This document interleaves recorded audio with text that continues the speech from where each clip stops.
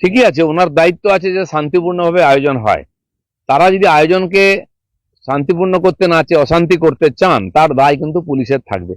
পুলিশের ক্ষমতা যোগ্যতা আমরা জানি, তারা অপরাধীদের হাত দিতে পারে না একটা সম্প্রদায়ের হলে। আর হিন্দুদেরকে সহবত শেখায়, সেকুলারিজম শেখায়, এসব কিচ্ছু শেখাবেন না। যুগ যুগ ধরে হিন্দু সেকুলার থাকবে, আর তাদের জন্যই ভারতবর্ষে সেকুলারিজম আছে। তাদেরকে জ্ঞান দিতে যাবেন না, তেলে মাথায় তেল দেবেন না, যারা ডিস্টার্ব করছে তাদেরকে আটকান। মনোজ কুমার ওরাও দলের সঙ্গে সমস্ত রকম সম্পর্ক ছিন্ন করে একটা ফেসবুক পোস্ট করে দিলেন। বিজেপিতে কি ফাটল প্রকট হচ্ছে? শুধুমাত্র শুভেন্দু অধিকারী, দিলীপ ঘোষ তারা বিজেপির এগিয়ে যাওয়ার জন্য কাজ করছে, বাকি নেতৃত্বকে দায়ী করছেন তিনি গোষ্ঠীদ্বন্দ্ব থেকে। আপনার এবং শুভেন্দুদার নাম নিয়ে বলেছে দলকে এগিয়ে নিয়ে যাওয়ার চেষ্টা আপনারা করছেন, বাকিরা দলকে পিছিয়ে নিয়ে যাওয়ার চেষ্টা। ঠিক আছে, যারা নেতা থাকে বা যাদের নেতা বলে স্বীকৃতি দেয় পার্টি, তারা তো সামনে থাকে, কিন্তু তারা নেতা হয় কি করে?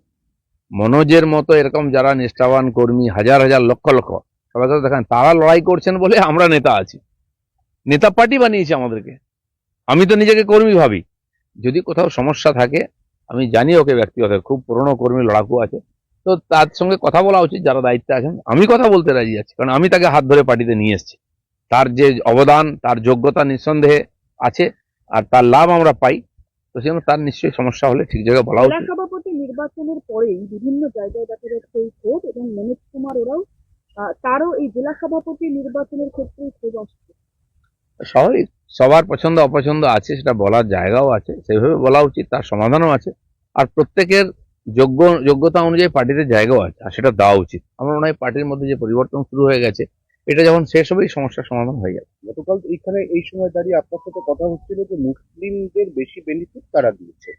কালকে আমরা দেখলাম একটা ওয়াক অফ বিল, সেটা পেশ করার চেষ্টা হলো, সেখানে বিচ্ছিন্নভাবে কংগ্রেস এবং তারপর তারা ডেকে নিল তৃণমূল কংগ্রেসকে, তারা কন্টিনিউয়াসলি বিলটার বিরোধিতা করে যায়। এইটা তো ওদের নীতি। মুসলিম তোষণের যে রাজনীতি একদিন এসছে, তাতে মুসলিমদের লাভ হয়নি। মুসলিম নেতারা আর যে পার্টি